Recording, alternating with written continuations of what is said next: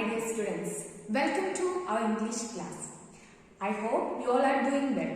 What we discussed in the last class, I hope you remember. We have finished a story, The Last Leaf. Have you went through the story? Yes. And it was a nice story. So, today also we are going to deal with another story. And the title of our story is A House is Not a Home. A House is Not a Home. And the story is written by Zan Godioso. Zan Godioso. She is actually an American writer and she is living in California, and she is popularly known for the award-winning book The Buddha Next Door. The Buddha Next Door. She is the co-author of that book. Let's start our lesson. Yes. What is the idea that comes into your mind when you read the title A House is Not a Home?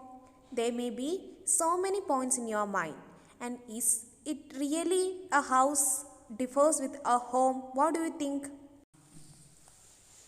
What is a house? What do you think? A house is a building where people live, and it is made up of bricks, cement, concrete and some other substances. We know that. But what is a home? Is there any difference to home and house? Home is a place where a family lives together, sharing the unique bond of love and oneness. Are you living in a house or a home? Just think about it. Do you feel you are belong to a home? That means we can find a oneness, a unity and a bond of love, care, respect, all these things in our family, and then we belong to a home, not to a house.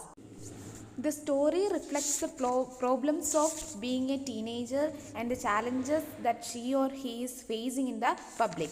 And you also belong to the teenager phase, and there you may be also confronted with some problems like depression, bullying and academic problems and peer pressure, and likewise so many problems and challenges are there in this public when you are facing. Likewise, this story also discusses some problems or some challenges that a teenager faces in public. The story revolves around Zan.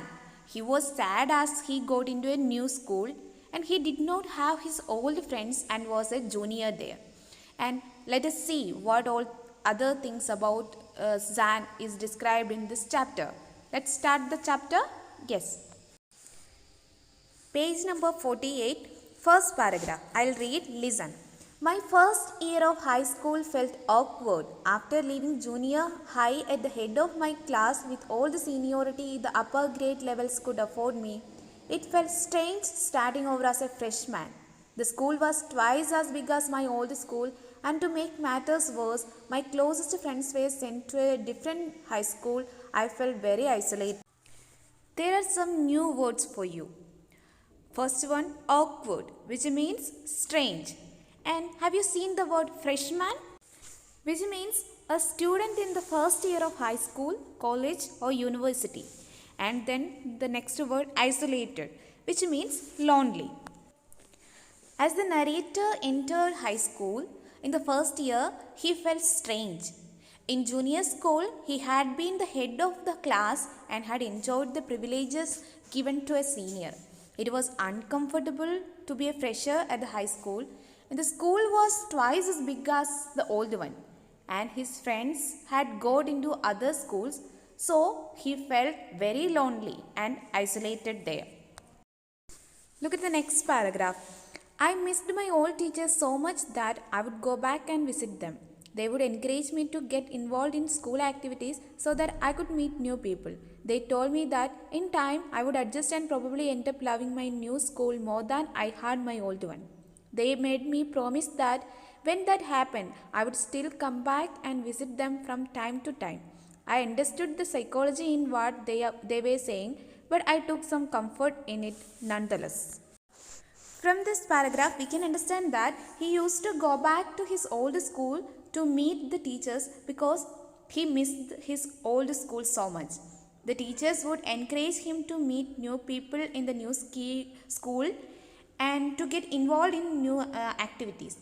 They said that after some time he would adjust to the new surroundings and would love the new school more than the previous one.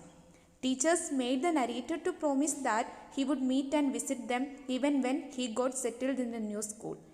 He felt more comfortable with these words of his teachers. Look at the next paragraph. One Sunday afternoon, not long after I had started high school, I was sitting at home at our dining room table doing homework. It was a cold and windy fall day, and we had a fire going in our fireplace.